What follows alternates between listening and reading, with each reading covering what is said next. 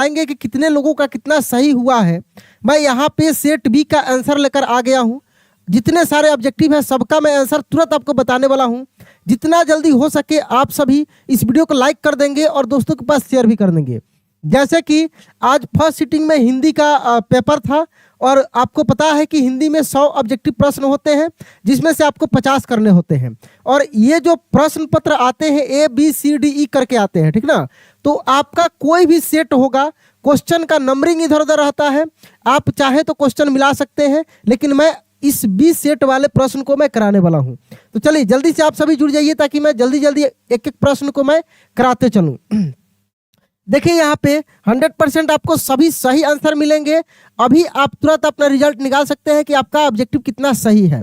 जैसे यहाँ पे देखेंगे मेरे भाई कि फर्स्ट क्वेश्चन से हम लोग शुरू करते हैं। फर्स्ट क्वेश्चन से देखेंगे, पहला क्वेश्चन है, थोड़ा सा अपना ब्राइटनेस बढ़ा लीजिएगा और क्वालिटी भी थोड़ा सा बढ़ा लीजिएगा, ठीक ना, क्योंकि ये कोई बच्चा जो है फोटो खींच कर भेजे हैं, ठीक ना।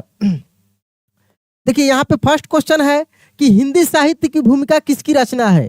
हजारी प्रसाद द्विवेदी की, महात्मा गांधी की, रामविलास शर्मा की या गुणाकर मूले की? किसकी है? आप क्या सही मारे हैं आप भी मिला लीजिएगा। तो देखिए यहाँ पे हिंदी साहित्य की भूमिका जो है यह हजारी प्रसाद की है। किसकी है?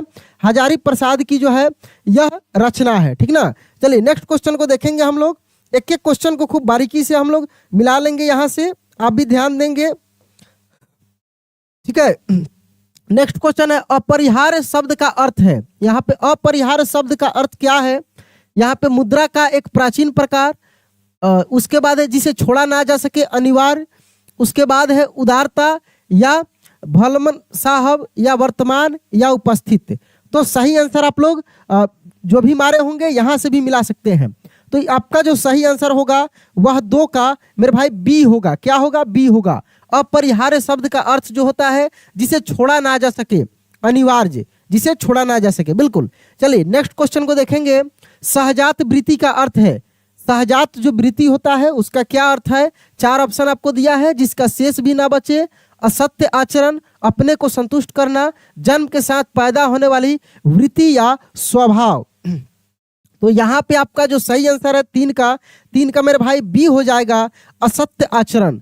सहजात वृत्ति का अर्थ होता है असत्य आचरण। आपका क्या सही हुआ है वो भी कमेंट में बताइएगा और अपना मिलाते चलिएगा, बिल्कुल आप मिलाते चलिएगा और क्या सही हुआ है उसको भी कमेंट में आपको बताना है, ठीक ना। एक बार जल्दी से सब लोग अपने दोस्तों के पास शेयर भी कर देंगे, बिल्कुल। हाँ चलिए नेक्स्ट क्वेश्चन को हम लोग देखेंगे।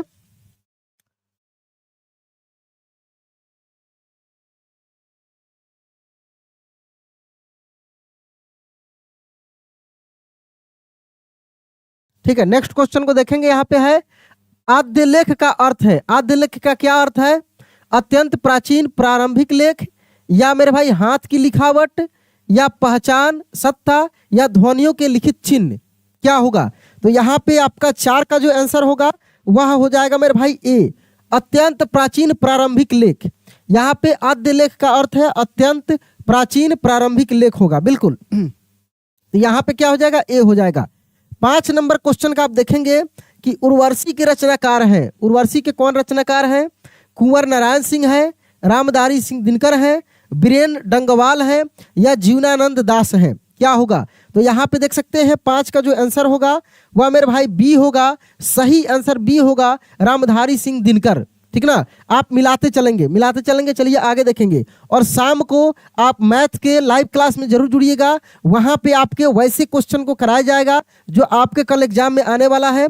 तो शाम को आप लाइव क्लास देखना मत भूलिएगा, जरूर जुड़िएगा, ठीक है, बिल्कुल। चलिए 6 नंबर से हम लोग देखेंगे। क्वेश्चन नंबर 6 है, यहाँ पे देख लीजिए। क्वेश्चन नंबर 6 है कि सारस पक्षी को अन्य किस नाम से जाना जाता है? बहुत इंपॉर्टेंट क्वेश्चन था, ये सब हम लोग गेस भी कराए थे कि सारस पक्षी को किस नाम से जाना जाता है? भांडकी, तीतर, क्रोच या कबूतर? किस नाम से हम लोग जानते हैं? तो सारस पक्षी को जो है मेरे भाई यहाँ पे हम लोग किस नाम से? तो क्रोच के नाम से भी जानते हैं हम लोग, क्रोच के भी नाम से हम लोग जानते हैं। यही सही होगा। आप क्या सही मारे हैं देख लीजिएगा।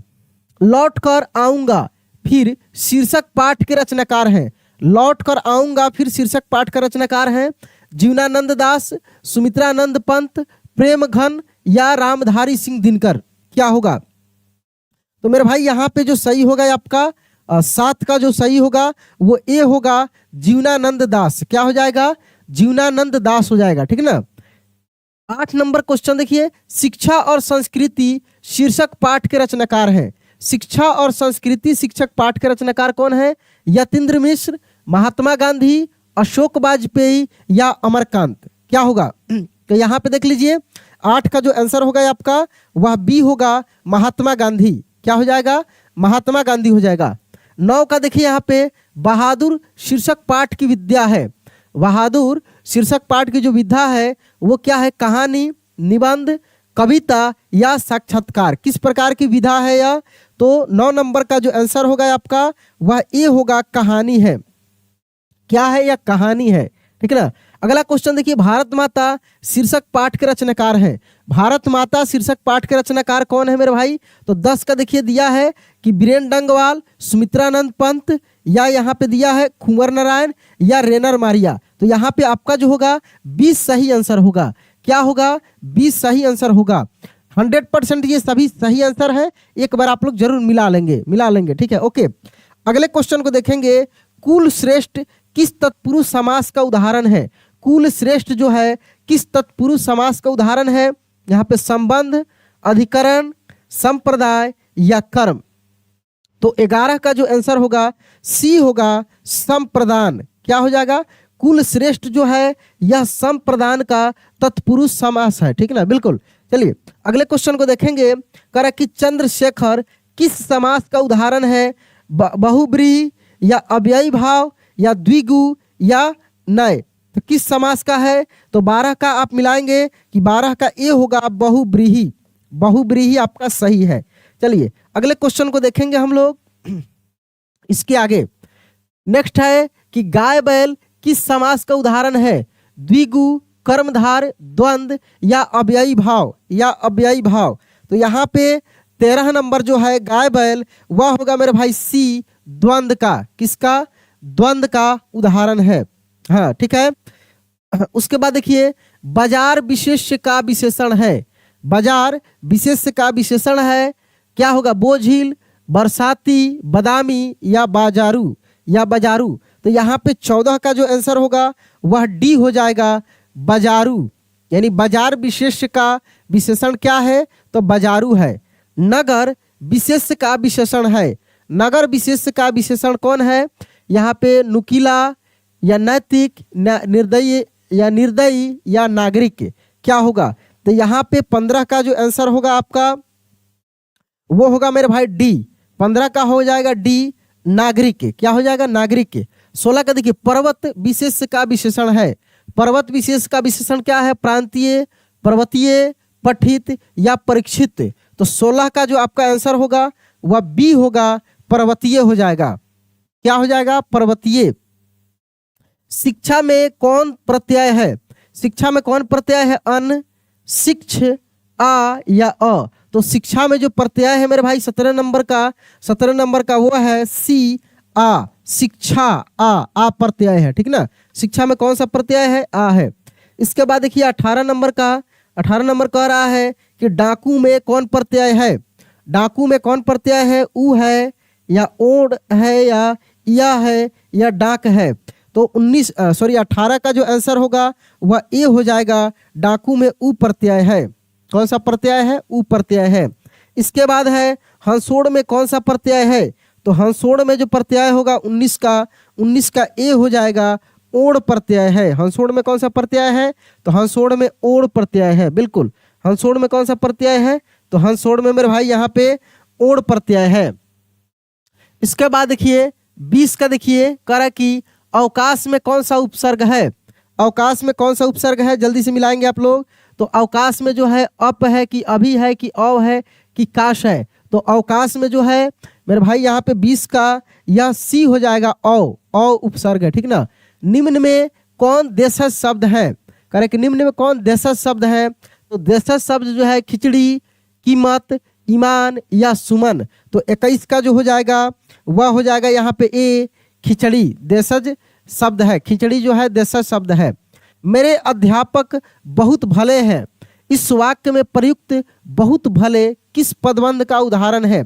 ठीक ना। तो कह रहा है कि संज्ञा पदबंध, विशेषण पदबंध, क्रिया पदबंध या सर्वनाम पदबंध किसका है। तो यहाँ पे 22 का जो आपका सही आंसर है वो बी हो जाएगा, विशेषण पदबंध हो जाएगा। क्या हो जाएगा, विशेषण पदबंध। दिवाली किस संज्ञा का उदाहरण है। दिवाली जो है किस संज्ञा का उदाहरण है, व्यक्तिवाचक का, भाववाचक का, जातिवाचक का या समूहवाचक का। तो 23 का जो आंसर होगा ए होगा, व्यक्तिवाचक का। किसका हो जाएगा, व्यक्तिवाचक का। 24 का देखिए, निम्न में कौन जातिवाचक संज्ञा का उदाहरण है। तो चांदनी चौक, लड़कपन, रूसी या प्रोफेसर। तो 24 का डी हो जाएगा सही आपका, प्रोफेसर। आप सभी मिला लेंगे, जो भी आप आंसर किए होंगे अभी आपका तुरंत पता लग जाएगा कितना आपका सही है। तेल किस संज्ञा का उदाहरण है। तो तेल जो है मेरे भाई यहाँ पे दिया है जातिवाचक, समूहवाचक, द्रव्य। तो सिंपल है, बहुत आसान है कि द्रव्यवाचक का उदाहरण है तेल। किसका, द्रव्यवाचक का। निम्न में कौन कर्मवाच्य का उदाहरण है, कर्मवाच्य का उदाहरण है। तो यहाँ पे दिया है हरि पढ़ता है, रोशन पत्र लिखता है, अंजलि के द्वारा रोटी पकाई जाती है या प्रशांत से चला नहीं जाता है।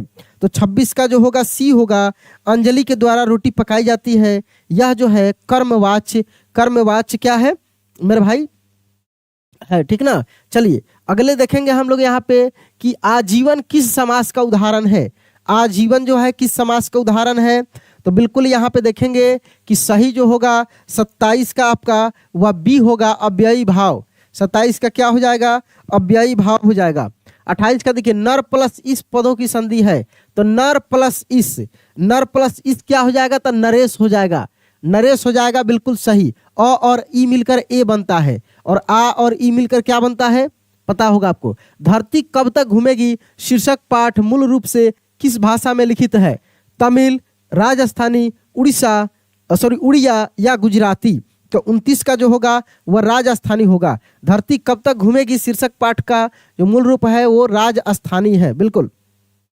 मां शीर्षक पाठ के लेखक हैं श्रीनिवास, सातकोड़ी, ईश्वर पेटलिकर या सुजाता। सुजाता। तो 30 का जो आंसर होगा आपका वह बिल्कुल सी होगा, ईश्वर पेटलिकर, ठीक ना, ईश्वर पेटलिकर। इसके बाद देखिए, दही वाली मंगवा शीर्षक पाठ के अनुवाद है। दही वाली मंगवा शीर्षक पाठ का अनुवाद कौन है। तो बी आर नारायण या धर्मवीर भारती या राजेंद्र प्रसाद मिश्र या गोपाल दास नगर। तो कौन होगा यहाँ पे, तो सही जो होगा आपका 31 का ए हो जाएगा, यानी बी आर नारायण हो जाएगा। कौन हो जाएगा मेरे भाई, बी आर नारायण हो जाएगा, बिल्कुल आपका सही, बिल्कुल ठीक है। चलिए अब आगे देखेंगे 32 का, माँ शीर्षक पाठ में माँ जी मंगू की मौत को किस रूप में छुटकारा मानती थी, किस रूप में छुटकारा मानती थी। तो यहाँ पे देख लीजिए, प्राकृतिक रूप में या आपदा के रूप में या अप्राकृतिक रूप में या दर्दनाक रूप में। तो बिल्कुल है यहाँ पे प्राकृतिक रूप में। कैसे, प्राकृतिक रूप में, 32 का ए, ठीक ना। 33 का कह रहा है कि नगर शीर्षक पाठ में बल्ली अमाल अपनी लड़की पापाती के साथ मदुरै के अस्पताल के किस विभाग के बाहर बैठी प्रतीक्षा कर रही थी, किस विभाग के बाहर। तो आप जो भी आंसर मारे होंगे यहाँ सही मिलाएंगे कि 33 का जो होगा बी होगा, बहिरंग रोगी विभाग, ठीक ना। चलिए ठीक है, चलिए यहाँ पे आगे हम लोग देखेंगे, आप लोग सभी मिला लेंगे, एक बार मिला लेंगे मेरे भाई, ठीक है। चलिए अगले क्वेश्चन को देखेंगे हम लोग, 34 नंबर से देखेंगे बिल्कुल 34 से देखेंगे। कह रहा है कि द नोटबुक ऑफ माल्टे लोरिडस ब्रिज उपन्यास के लेखक हैं। कौन लेखक है इसके, बताइए जल्दी से। हाँ, तो यहाँ पे 34 का जो आंसर होगा वह ए होगा, रेनर मारिया रिल्के, रेनर मारिया रिल्के। 35 का देखिए, वनलता सेन नामक कृति को 1952 में श्रेष्ठ काव्य ग्रंथ का पुरस्कार किसके द्वारा प्रदान किया गया था। तो हिंदी साहित्य है, साहित्य अकादमी के द्वारा, निखिल बंग रविंद्र है या भारतीय ज्ञानपीठ। तो आप जो इसमें मारे होंगे तो आपका जो सही आंसर होगा 35 का सही आंसर क्या होगा। तो 35 का यहाँ पे निखिल बंग रविंद्र साहित्य सम्मेलन के द्वारा, ठीक है। 36 का देखिए, कविताओं की चर्चित श्रृंखला कवि ने कहा से निम्न में कौन शीर्षक कविता ली गई है। कौन होगा यहाँ पे, भारत माता, स्वदेशी, हिरोशिमा या अक्षर ज्ञान। तो 36 का जो है मेरे भाई यहाँ पे कविताओं की चर्चित श्रृंखला कवि ने कहा का क्या, हाँ तो क्या हो जाएगा इसका, तो इसका जो आंसर है 36 का है मेरे भाई ए, भारत माता, ठीक ना। निम्न में कौन शीर्षक कविता हमारी बेपरवाहियों के बाहर विपरीत परिस्थितियों से लगातार लड़ते हुए बढ़ते जाने वाले जीवन का चित्रण प्रस्तुत करती है? हमारी नींद, भारत माता, अक्षर ज्ञान या मेरे बिना तुम प्रभु। तो 37 का जो होगा ए होगा हमारी नींद। क्या हो जाएगा, हमारी नींद। 38 का देखिए, निम्न में कौन सम्मान कवि कुंवर नारायण को प्राप्त है? तो 38 का डी होगा यहाँ पे, इनमें से कोई नहीं है, यानी अगर आप इसमें से सॉरी इनमें से सभी है। व्यास समान है, लोहिया समान है, कबीर समान, तीनों समान इनको मिला था, बिल्कुल सही होगा, सभी हो जाएगा। चलिए अगले को देखेंगे। सचिदानंद हीरानंद क्या है वात्स्यायन अज्ञे के द्वारा लिखित निम्न में कौन है? तो शेखर या अपने, नदी के द्वार या अरे यावावर रहेगा याद। तो इसमें से जो सही है आपका 39 का वह डी है, देख लीजिएगा, मिला लीजिएगा एक बार कि आपका सही क्या हो रहा है, एक बार सब लोग मिला लेंगे आप लोग, बिल्कुल। देखिए आगे देखेंगे कि क्या लिखा है। जनतंत्र का जन्म शीर्षक पाठ में जब जनता कोपाकुल हो भ्रिकुटी चढ़ाती है तब, ये है, ठीक ना। तो क्या होगा इसका सही 40 का? तो 40 का सही मेरे भाई डी हो जाएगा।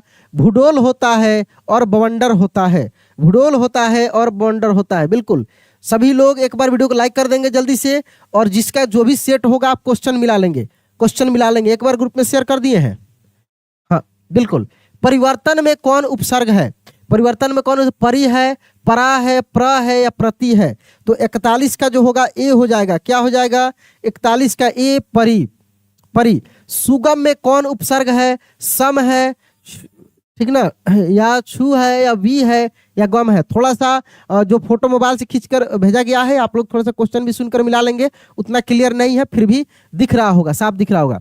तो चलिए 42 का जो होगा बी होगा आपका, ठीक ना, बी हो जाएगा। इंद्र का पर्यायवाची शब्द है, इंद्र का पर्यायवाची शब्द क्या हो जाएगा? पुरंदर, राकेश या शाला या शशि। तो इंद्र का जो है 43 का ए मारे होंगे तो सही होगा पुरंदर, ए मारे होंगे तो बिल्कुल सही होगा पुरंदर। क्लियर दिख रहा है।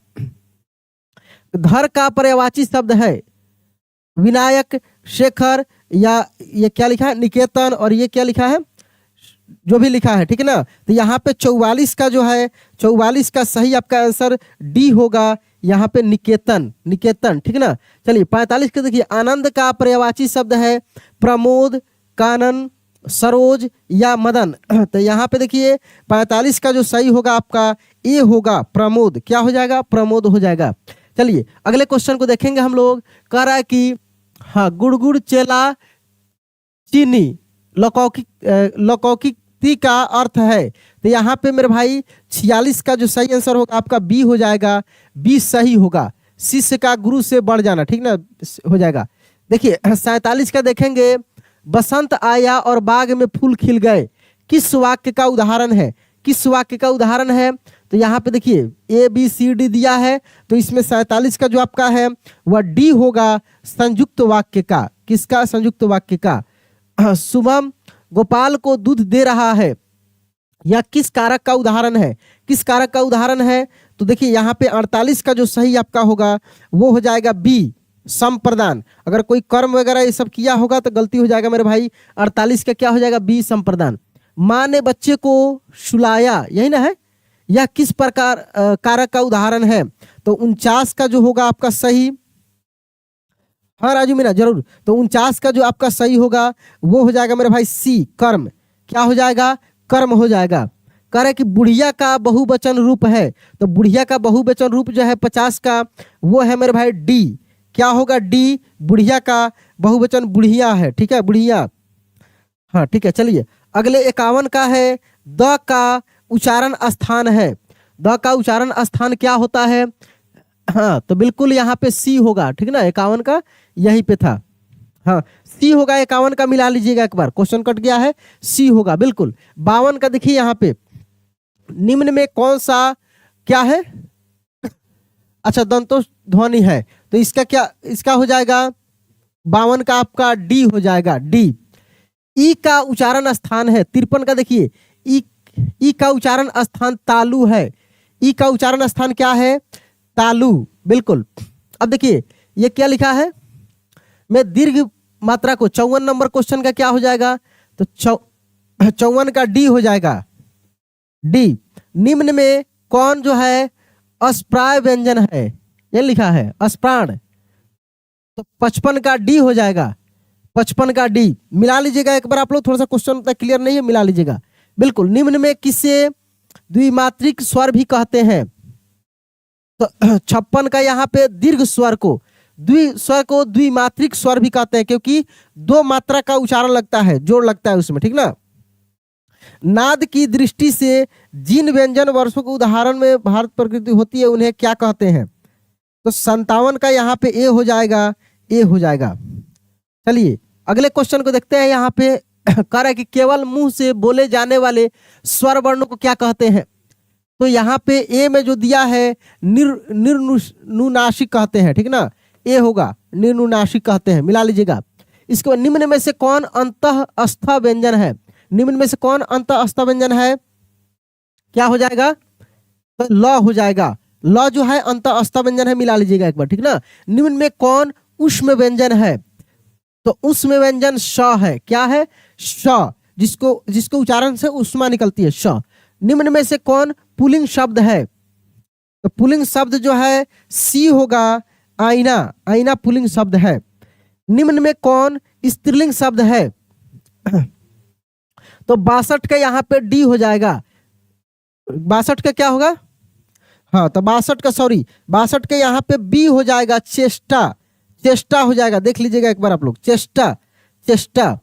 अंकित मेला घूमने गया था, यह वाक्य किस काल का उदाहरण है, तो किसका है, तो यहाँ पे बी हो जाएगा, क्या हो जाएगा, बी हो गया, भूतकाल का हो गया, भूतकाल। बिल्कुल, आप लोग मिलाते चलेंगे किसका कितना सही हो रहा है, एक बार मिला लेंगे आप लोग, कोई भी सेट होगा क्वेश्चन देखकर आप लोग एक बार मिला लेंगे, ठीक है, क्वेश्चन देखकर एक बार आप लोग मिला लेंगे। घोड़ा बहुत तेज दौड़ता है, इस वाक्य में क्या हो जाएगा, हाँ, परिविशेषण जो है डी हो जाएगा, दौड़ता है, ठीक ना। उसके बाद देखिए सोहन तैयार होकर विद्यालय गया, यह वाक्य किस क्रिया का उदाहरण है, तो ए हो जाएगा पूर्वकालिक क्रिया, क्या हो जाएगा, पूर्वकालिक क्रिया, ठीक है। कक्षा में सब छात्र उपस्थित है, यह वाक्य किस विशेषण का उदाहरण है, तो बी हो जाएगा। अमरजीत शहरी लड़का है, यह वाक्य किस विशेषण का उदाहरण है, 67 का, तो 67 का ए हो जाएगा गुणवाचक, 67 का ए हो जाएगा गुणवाचक। 68 का देखिए अंकिता अपने आप जा रही है, यह वाक्य किस सर्वनाम का उदाहरण है, तो सी हो जाएगा निजवाचक, निजवाचक हो जाएगा। उसके बाद देखिए यहाँ पे 69 का मेरे लिए यह घर अनजान नहीं है, इस वाक्य में किस सर्वनाम का उदाहरण है, हाँ, तो यहाँ पे ए हो जाएगा निश्चयवाचक, ए हो जाएगा। चलिए इसके बाद देखते हैं हम लोग, सिर के पैर तक के लिए एक शब्द है, सिर से पैर तक के लिए, सर इसको क्लास में भी कराए थे और गेस भी किया गया था, बिल्कुल। तो यहाँ पे क्या हो जाएगा, डी हो जाएगा, आपाद मस्तक, आपाद। निम्न में कौन शुद्ध वाक्य है, हाँ, कौन होगा,